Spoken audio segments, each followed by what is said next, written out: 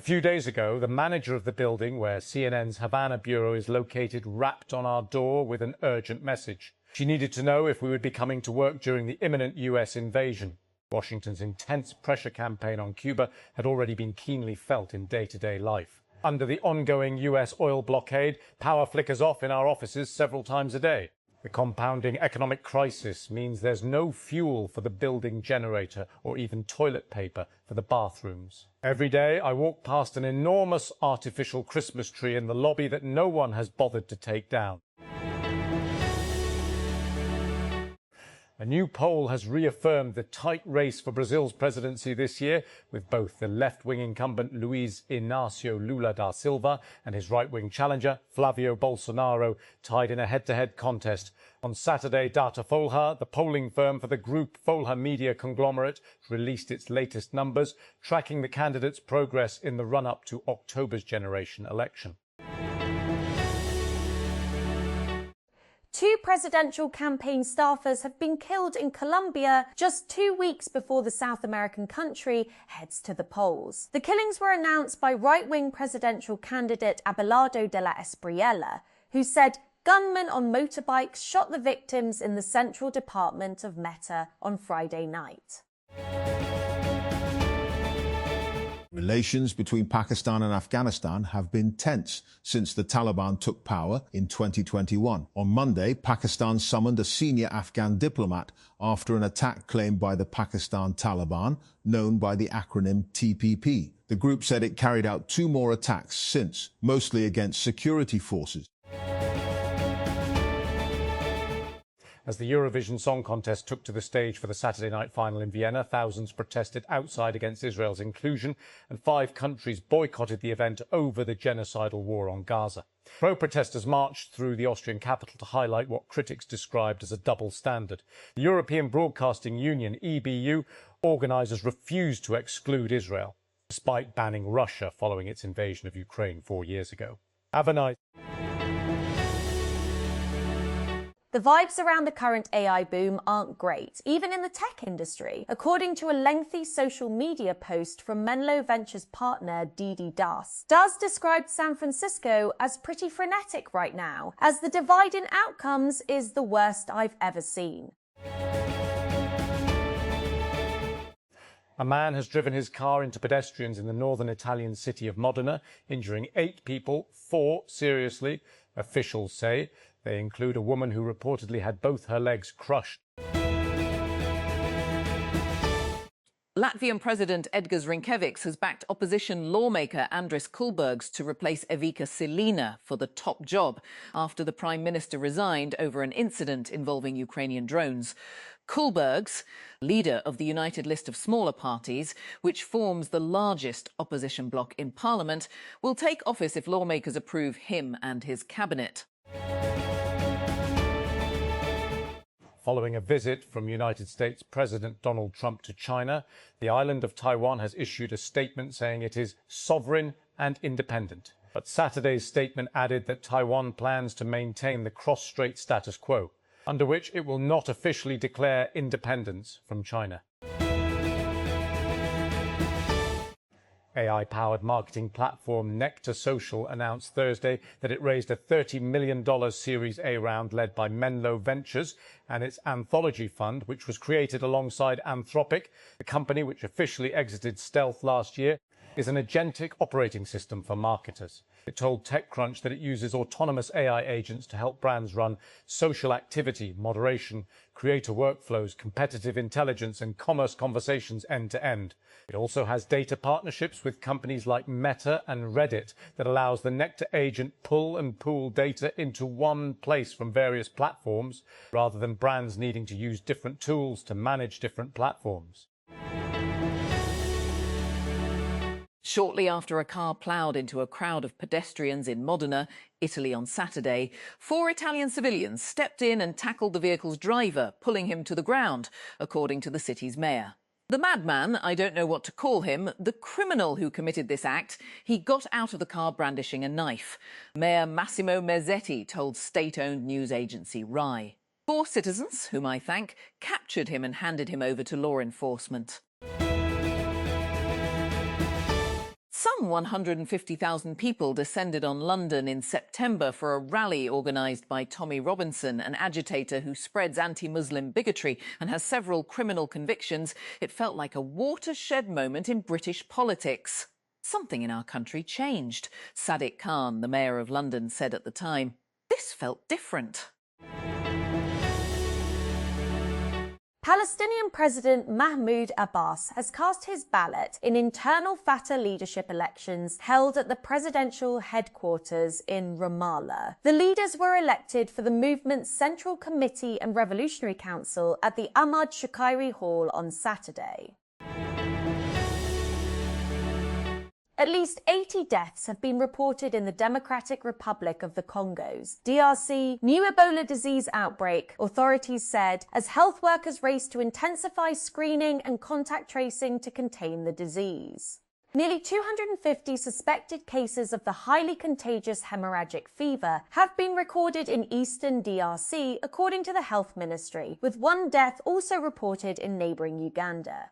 This has raised concerns that the disease could spread to neighbouring countries.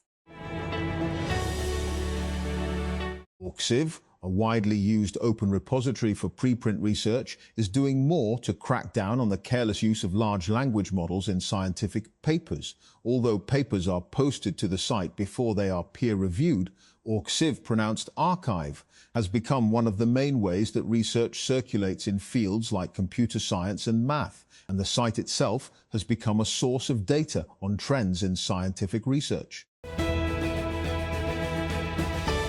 A driver injured 7 people, 4 of them badly, when he drove on a sidewalk in the northern Italian city of Modena on Saturday, and then got out, possibly, accounts said the driver, urged in his 30s, apparently aimed for the sidewalk, hitting a bike, then crashed while slamming head-on into a woman, badly hurt with both legs crushed. Mayor Massimo Mazzetti told local media and the ANSA news agency. Following Washington. The United States is entering a period of structurally higher industrial natural gas demand, with consumption expected to remain at record levels through at least 2027, even as the Iran war intensifies disruptions across global oil markets and tightens energy supplies worldwide. According to the latest short-term energy outlook from the U.S. Energy Information Administration, EIA, industrial natural gas consumption in the United States averaged a record 6 billion cubic feet per day, BFEV, exceeding the previous high of 23.4 BFEV recorded in 2023. Islamabad. Federal Investigation Agency FIA Director General Dr. Usman Anwar took notice of an incident during a raid in Karachi's Sarafa Bazaar and sought a detailed report within 48 hours. On May 15, 2026, the agency carried out a raid on a jewellery shop in the market, targeting alleged silver smuggling. Timmy, the young humpback whale who was stranded for weeks in shallow waters, has been found dead just off Denmark's coast, according to the Danish Environmental Protection Agency, just weeks after a controversial rescue effort set him free. The stranded humpback whale near Anholt is the same whale that was previously stranded in Germany and was the subject of rescue attempts. Jansen, head of division at the Danish Environmental Protection Agency, told CNN on Saturday. West Streeting, the former British Health Secretary, who resigned from the government this week, says he will run to replace Prime Minister Keir Starmer when the contest is triggered. Starmer's government has been on the edge, with the United Kingdom leader facing calls for resignation since his ruling Labour Party suffered disastrous local elections. Minister in charge of the Establishment Division, Senator Ahad Khan Chima, on Friday attributed the high failure rate in the Central Superior Services, CSS, examinations to inadequate academic preparation, the competitive nature of the test and other factors. The question was raised by PPP member of the National Assembly, MNA Sehar Kamran, who asked about the mechanism, criteria and process of the civil service examination for the induction of civil servants, as well as the reasons behind its high failure rate.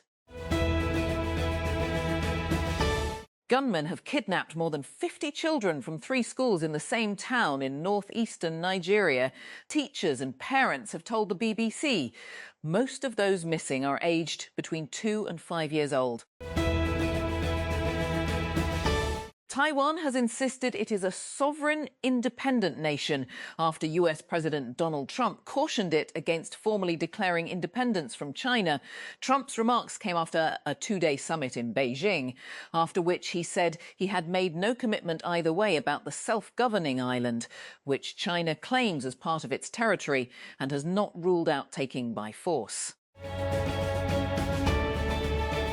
For Tehran, Iran, Foreign Minister Abbas Araghchi says Iran remains ready to resume direct military conflict with the United States if negotiations fail to produce acceptable results. In a stream of state-orchestrated messaging to both domestic and foreign audiences, Araghchi also warned that despite the damage the US-Israel war on Iran has done to the region, it is also impacting ordinary American households. Antoine Semenyo produced one of the great FA Cup final goals with an audacious back flick that sealed Manchester City's 1-0 win against Chelsea at Wembley. Semenyo illuminated a largely scrappy final late in the second half as he improvised a sublime finish to caress Erling Haaland's cross into the net on Saturday. Sudan's army has recaptured a town in southeastern Blue Nile state, a state that has become a focal point in the civil war with the paramilitary Rapid Support Forces (RSF) that's been raging for more than 3 years. The Sudanese army said in a statement on Friday that it had seized the town of Khor Hassan from the RSF. The presidents of Nigeria and the United States have announced the killing of Abu Bilal al-Manuki, described as the second-in-command of ISIL. Donald Trump first made the announcement in a social media post on Friday without disclosing when or where the joint Nigerian-US military operation happened. Hamas has confirmed the killing of Izz al-Din al-Haddad, the head of the armed wing of the Palestinian group in Gaza, in an Israeli attack a day earlier. Hamas condemned Israel's treacherous and cowardly assassination of al-Haddad, who led the Qassam brigades. In a statement on Saturday, OpenAI co-founder and president Greg Brockman is officially taking the reins of the company's product strategy, according to Wired. This seems to solidify an already existing change, with Brockman overseeing OpenAI's products on an interim basis, while the company's CEO of AGI deployment, Fidji Simo, is out on medical leave. Wired also reports that in a staff memo, Brockman described plans to combine ChatGPT and its plans to combine Codex into a single unified experience. working from home has its own perils. Pets can be demanding, your back aches from hours at a desk, or you simply forget to move. There are a few apps that nudge you to move around or indicate that you are not sitting in an ideal position, but they're easy to dismiss. I've spent the better part of a decade at a home desk, iterating on the setup as I go. Gaming chair, lumbar support, the works. None of it guarantees good posture. The works, no share.